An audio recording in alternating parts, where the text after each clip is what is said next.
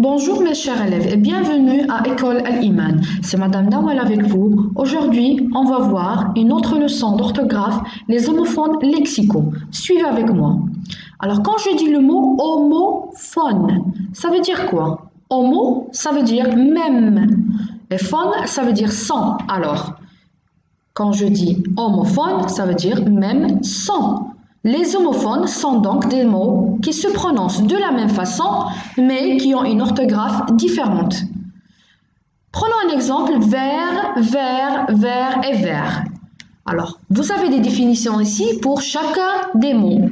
Alors, le mot vert avec deux RE, c'est la matière dure et transparente qui ne peut pas se casser et on l'utilise pour boire un liquide. Tout ce qui est en verre. J'ai pris un verre de thé.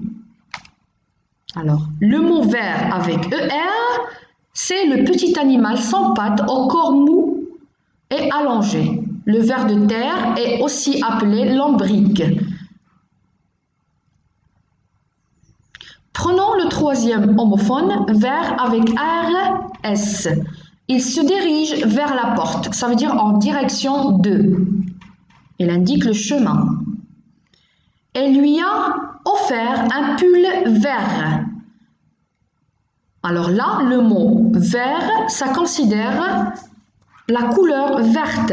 Une jupe verte, un pull vert. Prenons le deuxième exemple des homophones balle et balle. Balle avec un seul L. Balle avec un seul L, ça veut dire la réunion pour danser. Une réunion qui se fait entre personnes pour danser. Balle avec deux L, E. On joue au tennis avec une raquette et une balle. C'est un objet en forme de boule, rond.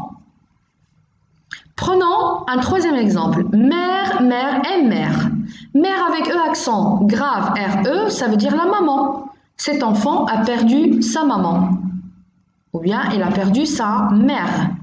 Maire avec A-I-R-E, la personne élue pour diriger les affaires d'une commune. Le maire de cette ville a été réélu. C'est la personne qui s'occupe des affaires de la commune. Nous marchons au bord de la mer. La mer, bien sûr, comme vous savez, c'est l'étendue dorsale. Et là, à notre sens, la plage. Par exemple, nous marchons au bord de la mer, ça veut dire au bord de la plage, au bord de la mer.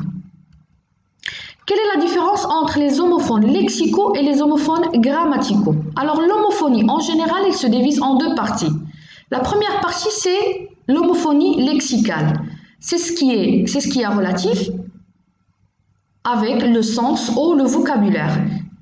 Quand je dis chant et chant, là, je peux faire différence entre les deux mots à partir de leur sens. Chant et chant. Le chant avec P, c'est l'étendue où on peut cultiver. Et le chant avec T, ça vient du mot chanson. Son et son. So et so. Alors, quand je dis l'homophone lexical, ça veut dire, là, je peux faire la différence entre les deux mots ou entre les homophones à partir de leur sens, leur vocabulaire, leur définition. Et prenons maintenant la deuxième partie, l'homophonie grammaticale. Alors, l'homophonie grammaticale est la relation avec les règles de grammaire, tout ce qui est grammaire. Alors, je peux faire la différence entre les deux mots à partir de leurs règles de grammaire, en et en. En, c'est un pronom personnel sujet et en avec T, c'est le verbe avoir conjugué à la troisième personne du pluriel au présent. Ce et ce. Alors, ce avec un C, c'est le déterminant démonstratif. Ce bureau, cette table. Et ce avec S, ça concerne les verbes pronominaux. C'est le pronom que j'utilise avec les verbes pronominaux. Se regarder au miroir, se battre, se promener, Alors, c'est un pronom que j'utilise avec les verbes pronominaux. Et c'est.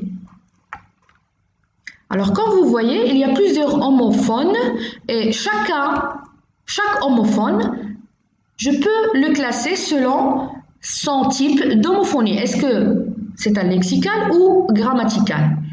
Ben, j'espère que j'étais très claire. À bientôt et merci.